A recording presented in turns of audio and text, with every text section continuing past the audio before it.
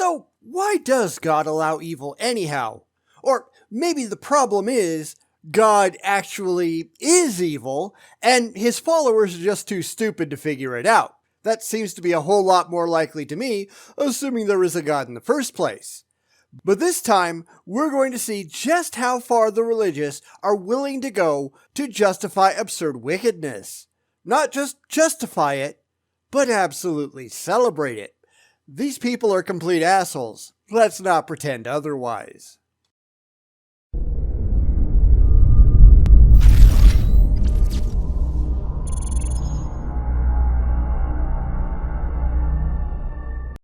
We're back today with another John MacArthur video, and even though it's short, he's managed to pack a lot of evil in to a very, very small package. Because these people don't actually know how to think about the things that they believe. That's too close to work, and if they have to work at it, they're not going to bother. Instead, they'll just blindly believe anything that comes down from on high. This is not anything that anyone ought to be proud of, but they are. I don't know why they are. Why John MacArthur is, I have no idea. Oh right, he's making a buck off the backs of the gullible, of course. Because what else is new? Hi, my name is Elika. Hi. My question is, if God doesn't like sin, why did he create the tree of the knowledge of good and evil? Hey, out of the mouths of babes. Good question there. Of course, he won't have a good answer, but nobody in the room is actually going to care because they're really just there to hear the great John MacArthur speak. Hero worship doesn't actually get you anywhere useful when you're actually concerned with truth, which is why that doesn't interest anybody there. But I'll take a shot at it. Remember, I'm not coming from the perspective of Christianity, and that'll just piss a lot of people off, but let's be honest, I don't really care about that, do I? Why would God create evil in the first place? And my answer, it's not intended to make them happy. Here's the thing. If the Bible is to be believed, and there's really no good reason to do so, but we'll just play along, but if the Abrahamic religions are at all worthwhile, then you have to think that God created absolutely everything. He didn't just make light, he made the concept of light as well. It's not just the things, but it's the idea of the things themselves.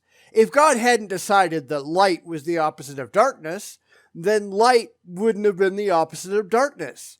Maybe it would have been peanut butter. Peanut butter would have been the opposite of darkness because that's what God decided to do. If he hadn't made an opposite, then there would be no opposite. It all comes down to conscious decisions on God's part as to how things turned out. So why do I bring any of that up? Because if there is any such thing as sin, then God must have wanted it that way. He must have consciously created the universe in such a way that sin could exist, because otherwise it couldn't. Therefore, this is something that you can't conceivably pin on human beings alone. If God didn't want there to be sin, then there wouldn't be sin. Humans have nothing at all to do with that. If God didn't want humans to be capable of deceit, then we wouldn't be able to lie. God did it all, and he stacked the deck, and he knew full well before he did anything what the outcome would be. The Bible makes it very clear that God knows everything that will happen in the future before it happens. So, going back to the question, the answer is God is a dick. It's that simple. And we'll see what John has to say in a second. That is very important to ask that. Now you have to listen carefully because this is an important answer. So what you're saying is, if God hates sin, why did he allow something that could cause sin to happen? Not could, would. You can't get away from the possibility of sin when you have an all-knowing deity that can't ever be wrong. God created the concept of sin, and he created the mechanisms through which sin could come into the world, knowing full well that if he did, sin would occur. Now, what kind of a dick does that? This is, of course, why the religious never think in those terms. They want to put blame on us when the only conceivable blame out there is on their imaginary friend. When you set up your creation for failure and ensure that they don't have a choice in the matter, whose fault is that? Now, John won't see any of it that way, of course, because God must remain blameless, but from their own theology, it can't be any other way. God is a douchebag. Prove me wrong. The answer is because the most important thing in the entire universe is the glory of God. And listen, if there were no sin, there would be no forgiveness. But you wouldn't need forgiveness, would you? If nobody could do anything wrong, the entire concept of forgiveness would be completely moot. God set us up to fail. He supposedly knew everything that would ever happen from the instant of creation to the very end of time. He could see every conceivable permutation and knew every single decision that we could possibly make. And that makes everything God's fault. There can't be any other explanation. God screwed us over. Thanks, asshole. Of course, there's a certain amount of self-loathing in virtually every religion, some way to place the blame on us for absolutely anything bad. Natural disasters? Well, blame the gays. Your sports team lost? You didn't pray hard enough. Your child gets cancer? Well, God's got a plan, right? Yeah, what kind of plan could conceivably require an innocent child to die a horrible and painful death? Especially if you can do anything and are supposedly all-loving. This is not the sign of a competent deity. It's the absolute proof that God is a prick. Prove otherwise. And God wants to display his forgiveness. He wants to display his mercy. He wants to display his kindness. He wants to display his grace. He wants to show that he is a saving God. He wants to display his holiness. And he wants to display his holiness to the degree that he wants to display his right to judge evil. And why is any of that remotely valid? It makes God sound like he's got a revenge boner. He's purposely looking for people to do the wrong thing so that he can show up with a whip and teach them a lesson. And that's downright evil. If a parent purposely misled their child, if they lied about what they were supposed to do so that when they didn't, they were never told that they should, the parent could just whip out their belt and beat the ever-loving crap out of them. That's not justice. That's torture. Now, human parents don't have the same kind of power that God supposedly has, and we'd consider the parent evil if they taught their kid that up was down and left was right and fire didn't hurt. That would be child abuse, and the parent would wind up behind bars, and rightfully so. So, what's God's excuse? The fact that nobody can drag this idiot's abusive ass off to the hooskow? This is just might makes right. And that's really what's behind Christianity, isn't it? God is powerful, you should be terrified of anybody who can kick the crap out of you, and therefore you should just bow down and grovel. But that's not love, is it? That's not earned respect. That's abuse. Your God is a jackass. Well, screw your God. Your God hasn't earned my respect. It's earned absolutely nothing but my hatred. Bionic Dance used to say that if God was real, we'd be obligated to find the magic sword or whatever it took to kill it and wipe that fucker out. We are better than this moral monster God of theirs. Why are people so damn stupid that they can't figure that out? How can God do all of that if evil doesn't exist? Why would he want to? That's like saying, how can I whip the crap out of you if you won't disobey? So, I'm going to make you disobey so that I can get my beating on?